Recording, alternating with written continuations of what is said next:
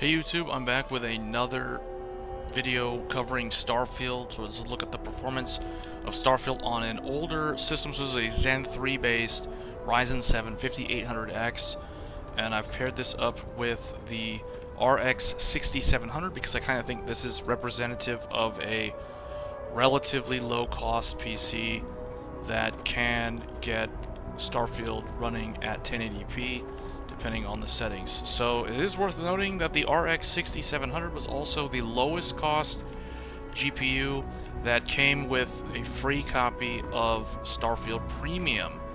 So that is why this is probably the smart way to get Starfield if you were upgrading and you're sticking with 1080p.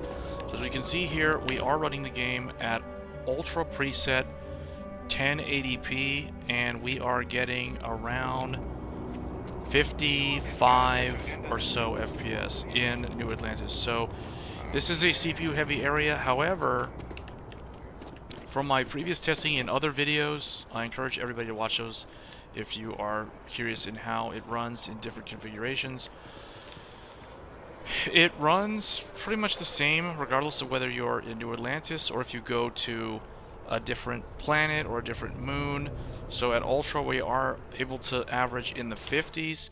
If we drop this down to high preset, and we will look at resolution scale later in the video, but at high we are now able to run the game above 60 consistently. So I feel like high, it seems very similar to the newer RX 7600. I feel like these two GPUs offer very similar performance.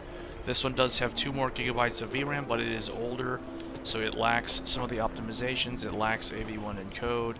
It uses a little bit more electricity, but you can see it's not really that much. So overall, I feel like high 1080p is one way to play this game at a solid frame rate above 60 frames per second. Now if we go ahead and turn this off, set that to 100, we're going to keep high preset, but now we're at 100% resolution. So here, high at 100% resolution seems to result in about 48 to 55 FPS or so. So it's kind of a wash compared to how it compares to Ultra with FSR. So if we go back in here and we set this down to, let's do medium, and we're going to set it to 100%, turn this off. So medium preset, we're able to run the game almost, but not quite 60 frames per second. So this is where the 7600 does seem to do better, because I don't really think the CPU is an issue. I know the CPU utilization is definitely higher on this 8-core versus the 16-core that I have been testing with. This is also Zen 3 versus Zen 4, so this is an older CPU, but it is playable. It's just a little bit inconsistent. So it seems like you can do medium, but I think the 7600 offers ever so slightly better performance. So now let's go and look at how the game runs on a moon. So we're going to look at Titan, and where there's no NPCs, and let's see how the game runs. Okay, so now we have landed on Titan, and we're just going to kind of do what I always do, because we've done quite a few number of videos here on this Starfield game and looking at the performance. But now, just to show the settings again, we are testing at native resolution, so this is full 1080p on medium preset. So at this resolution, we're unable to get a consistent 60. So this is where the 7600 is actually a little bit better at running the game than the older 6700. So, but they are a little bit similar. This one does have more VRAM, but I think the 7600 is probably the safer bet.